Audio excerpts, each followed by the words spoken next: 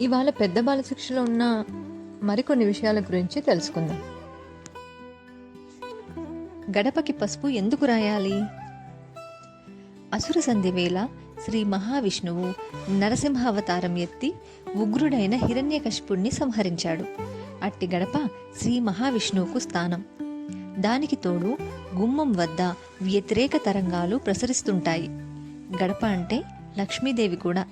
అందుకే లక్ష్మీదేవికి ఇష్టమైన పసుపుతో అలుకుతారు.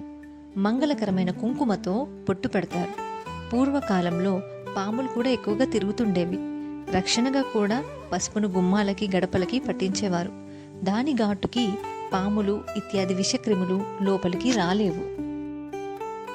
కుంకుమను ఎందుకు ధరించాలి? కుంకుమను ధరించడం అనేది కేవలం స్త్రీలకు మాత్రమే సంబంధించినది కాదు, స్త్రీ పురుషులిద్దరికీ సంబంధించినది. రెండు కనుబొమ్మలకు మధ్య భాగంలో నుదుటి వద్ద ఇడ పింగళ నాడులు కలిసి సుగమ్న నాడిగా పరివర్తన చెందే స్థలం వద్ద కుంకుమను దిద్దుకుంటాం. ఈ కుంకుమ వల్ల మనిషికి దృష్టి దోషం తగలకుండా ఉంటుందని కూడా ఒక నమ్మకం ఉంది. మరొకటి ఏంటంటే కుంకుమ ధరించే వ్యక్తికి ఎదుటివారు మానసికంగా లొంగిపోతారన్న వాదన కూడా ఉంది. ఎర్రని ఎరుపు రంగు మనిషికి మనోశక్తిని, త్యాగతత్వాన్ని, నిర్భయత్వాన్ని, పరోపకార గుణాన్ని కలిగిస్తాయన్న థియరీ కూడా ఉంది.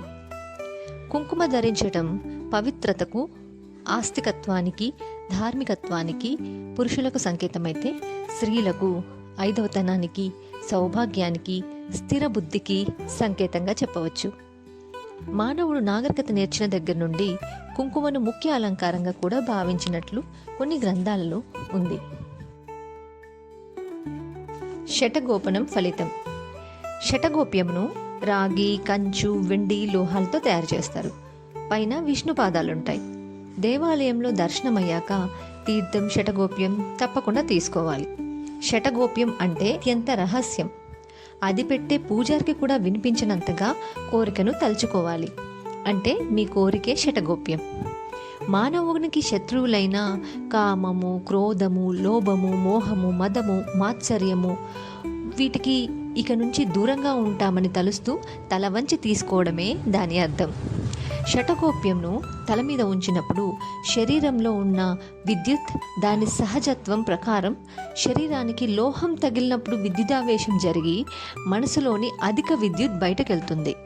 తద్వారా శరీరంలోని ఆందోళన, ఆవేశము తగ్గుతాయి.